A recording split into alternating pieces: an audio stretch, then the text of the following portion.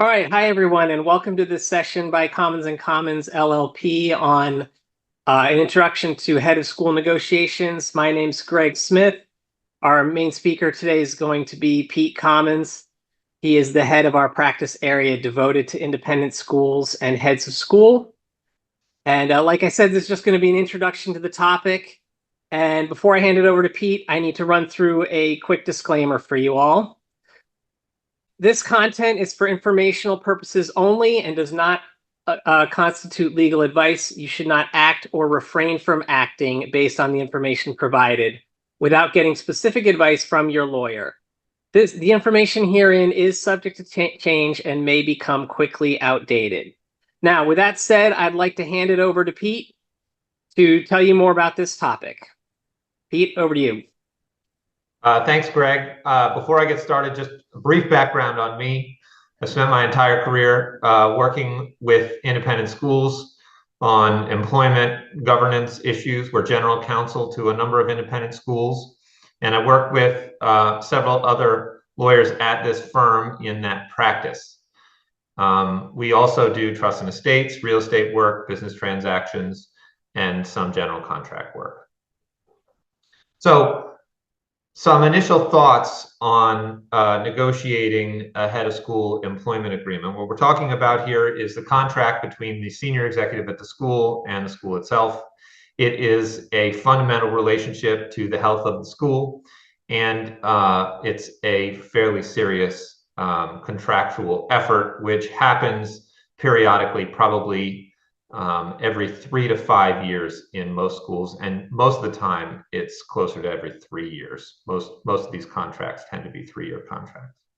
So it's really important to recognize that the fundamental nature of this relationship is a relationship. This is not a car deal. The parties are going to have to work with each other, ideally in a considerate and positive way after it's done. This is much closer to a prenuptial agreement than to a real estate transaction or a car purchase or some of the other contracts that people are familiar with.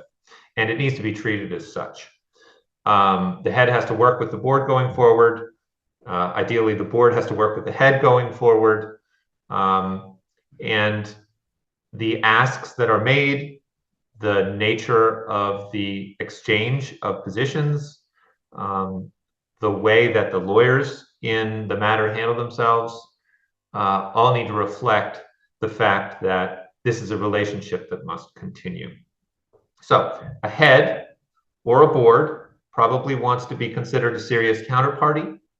They want to advance positions that are sensible but in their favor. And they want to project confidence and show the way that they would handle themselves in various situations. That's particularly important for the head. But the overall nature of this negotiation needs to be one that is respectful, considerate, positive, and fair. So when you're thinking about these kinds of negotiations, the first thing you should figure out are the things that you need or would make you walk away if you weren't to receive in the negotiation. This is really important for the head, but it's important for the board too. Both parties need to understand the things that are most important to them and the things that are, in effect, deal breakers. They need to keep those in mind. I would not advise, in general, that they be shared, but they need to be understood and remembered throughout the process. Things that aren't deal breakers shouldn't break the deal. And that gets back to being considerate and fair of your counterparty. So what often happens in these negotiations is that the school will decide that it's going to be forward-thinking. They're going to deal with the contract in a responsible way, and they're going to get right started. And what that means to the board chair is that they call up the school's lawyer and say, hey, our school head's contract is about to expire. Please prepare a new agreement for them. That is, in my view, not a healthy way to start the negotiation in the sense that matters most, which is that this is an ongoing partnership between head and board. The more responsible thing to do would be for the parties to have a conversation about the process, how it's going to work, what matters to them in the process, and the time frame during which the process is going to occur. It is also my view that it is very important for both parties to have counsel.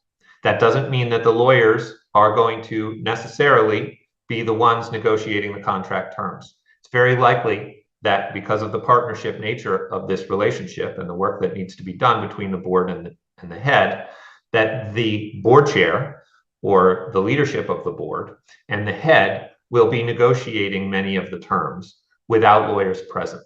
But practice is important. Practice makes you better. And lawyers have practice in negotiating contracts, in thinking about how to keep a cool head, and in the terms that matter in these contracts. The head should have a lawyer also, so that they have someone to talk to, because whereas the board will have an executive committee or a compensation committee that is charged with this work, and they will talk together and their positions will be ironed through that conversation. Heads don't have the benefit of that. It's a lonely job. They should absolutely not be talking to their friends. That's probably a violation of their contract terms.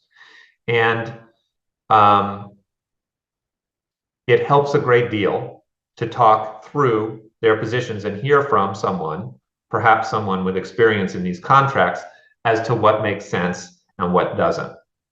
The other reason that heads really should have a lawyer is so that if the conversation gets tough, they can either hand the conversation off to their lawyer to try again to get a second bite at the apple, or they can fire their lawyer so that it's clear to the board leadership that they are willing to make the changes on their side of the discussion to keep things moving and keep things positive. So, Pete, that was really a great introduction to the topic. Obviously, in this short video, we can't cover everything in such a nuanced topic. What is the best way for people to reach you if they want to talk more about this and possibly engage you for their work? They should send an email to lawyers@commonslaw.com, and we will respond promptly. We always respond promptly, and we can have a conversation about how we might work together. Fabulous. All right. Thanks, everyone, for joining us for this video, and have a great day. Bye now. See ya.